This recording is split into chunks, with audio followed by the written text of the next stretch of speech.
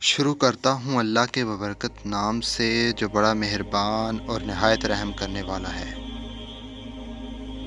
تمام نعمتیں اور آسائشیں ہونے کے باوجود حضرت آدم علیہ السلام نے جب جنت میں تنہائی اور اجنبیت محسوس کی تو اللہ پاک نے حضرت اماں حوا کو پیدا فرما دیا۔ محمد بن اسحاق حضرت ابن عباس سے روایت کرتے ہیں کہ حضرت آدم علیہ السلام سو رہے تھے کہ اللہ پاک نے ان کی چھوٹی پسلی سے حضرت حوا علیہ السلام کو پیدا فرما دیا۔ جب حضرت آدم علیہ السلام نے نیند سے جاگے تو دیکھا کہ ان کے پاس ایک ایسی مخلوق لیٹی ہے جو ان سے کچھ زیادہ مختلف نہیں ہے۔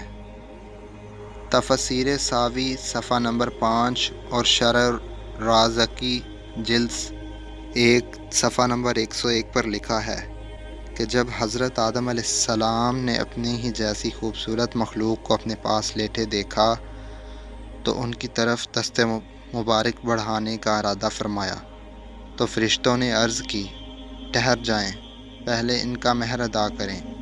آپ علیہ السلام نے فرمایا، ان کا مہر کیا ہے؟ فرشتوں نے عرض کی، ان کا مہر یہ ہے کہ آپ ہمارے سردار محمد مصطفیٰ صلی اللہ علیہ وآلہ وسلم پر 10 مرتبہ درود پاک پڑھیں۔ چنانچہ آپ علیہ السلام نے درود پڑھا اور فرشتوں کی گواہی سے آپ علیہ السلام کا حضرت بی بی حوا رضی اللہ تعالی عنہ سے نکاح ہو گیا۔ روایت میں ہے کہ حضرت آدم علیہ السلام اور حوا علیہ السلام 60 سال تک جنت میں رہے، لیکن ان کو حق زوجیت ادا کرنے کا حکم نہ تھا اور نہ بچہ پیدا کرنے کا۔ حضرت آدم اور حضرت حوا بڑے آرام و سکون سے جنت میں رہے۔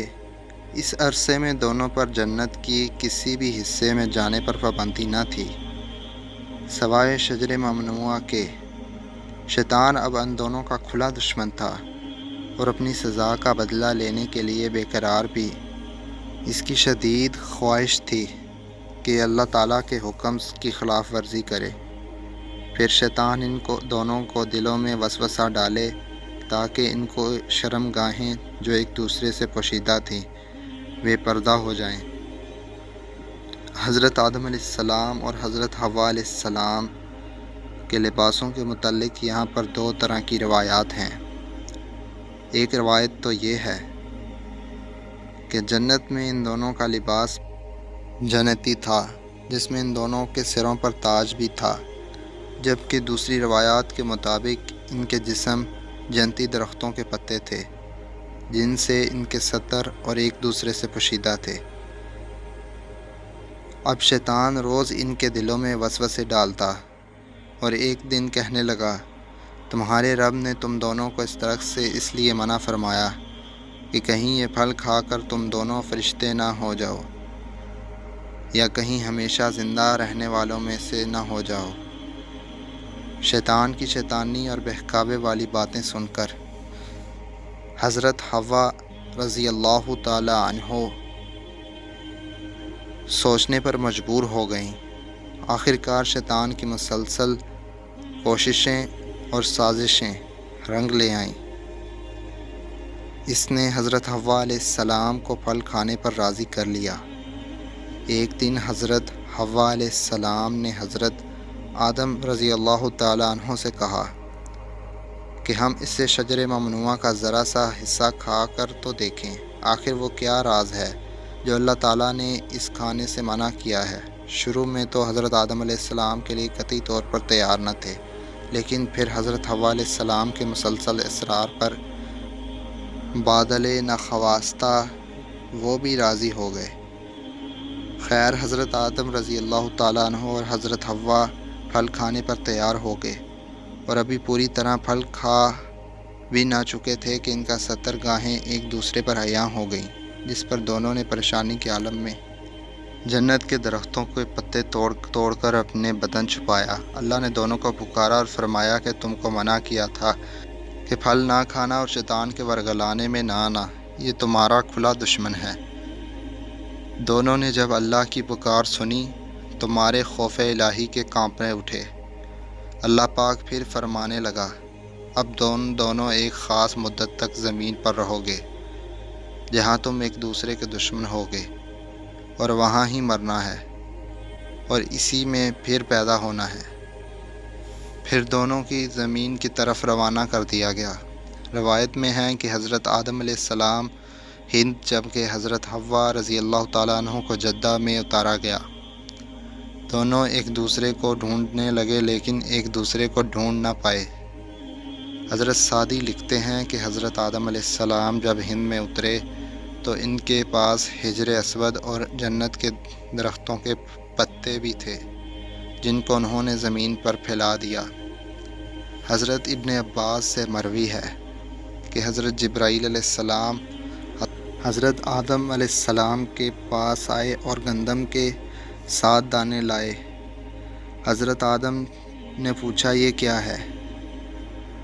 عرض کیا، یہ اس درخت کا پھل ہے جس سے آپ کو روکا گیا تھا لیکن آپ نے تناول کر لیا تھا۔ فرمایا، تو اب اس کا کیا کروں؟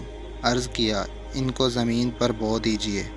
حضرت آدم ایک طویل عرصے تک اللہ تعالیٰ کی بارگاہ میں روتے رہے۔ ایک دن اللہ پاک حضرت آدم علیہ السلام کے گریہ ورزری پر رحم آیا اور حضرت جبرائیل علیہ السلام کو بھیجا کہ آدم علیہ السلام کو معافی کی خوشخبری سنا دے۔ حضرت آدم علیہ السلام خوشی سے سرشار بارگاہ خداوندی میں سربہ سجود ہو کر شکر بجا لائے۔ پھر حضرت جبرائیل علیہ السلام انہیں لے کر مکہ آئے جہاں حضرت آدم نے کعبہ شریف کی بنیاد رکھی اور حجر اسود کو کعبہ کی دیواروں پر نصب فرمایا۔ پھر اس کے گرد طواف کیا۔ طواف سے فارغ ہو کر حضرت جبرائیل علیہ السلام انہیں جبل عرفات پر لے گئے جہاں حضرت حوا تشریف فرما تھیں، لیکن طویل عرصے کی جدائی اور حالات نے بہت سی جسمانی تغیرات پیدا کر دیے تھے، چنانچہ دونوں ایک دوسرے کو پہچان نہ پائے، جس پر حضرت جبرائیل علیہ السلام نے دونوں کا تعارف کروایا۔ ناظرین، یہی وہ وقت تھا کہ جب پہلی دفعہ آپ کو حیض بھی آیا اور اللہ پاک کے حکم سے پھر آدم علیہ السلام اور حضرت حوا کو کثیر الاعداد پیدا ہوئی۔ حضرت اماں حوا کے حمل سے جڑواں بچے پیدا ہوتے تھے جن میں سے ایک لڑکا اور ایک لڑکی ہوتی تھی، جبکہ جب آپ دوسری دفعہ امین سے ہوتی تو پھر ایک لڑکا لڑکی پیدا ہوتے، اور اس طرح پہلے حمل سے پیدا ہونے والے بیٹے کی شادی دوسرے حمل سے پیدا ہونے والی بیٹی سے کر دی جاتی، یعنی ایک حمل سے پیدا ہونے والے بچے سگے بہن بھائی قرار پائے۔ ناظرین، یہاں آپ کو یہ بات بتاتے چلیں کہ اللہ تعالیٰ نے حضرت حوا علیہ السلام کو خود ہی حضرت آدم علیہ السلام کی زوجیت کے لیے پیدا فرمایا تھا، اس لیے نکاح پڑھانے کی ضرورت نہیں تھی، بلکہ اللہ پاک نے فرشتوں کی گواہی میں حضرت حوا علیہ السلام کو حضرت آدم علیہ السلام کی زوجہ بنا دیا تھا۔ قرآن پاک میں اللہ تعالیٰ نے حضرت حوا علیہ السلام کے لیے زوجہ حضرت آدم کا لفظ ہی استعمال کیا گیا ہے۔ ناظرین، فرشتے حضرت آدم علیہ السلام کی پیدائش سے آزمائے گئے، جبکہ انسان بھی اللہ پاک آزمائش میں مبتلا کرنا کہ کون کون فرما برداری اور کون نافرمانی۔ جو دنیا آخرت کے بارے میں فکر کرتا ہے وہ ایک کی دوسرے پر فضیلت جان لیتا ہے اور پہچان لیتا ہے کہ دنیا آزمائش کا گھر ہے اور فنا ہونے والی ہے، جبکہ آخرت بدلے کا ہمیشہ باقی رہنے والا گھر ہے۔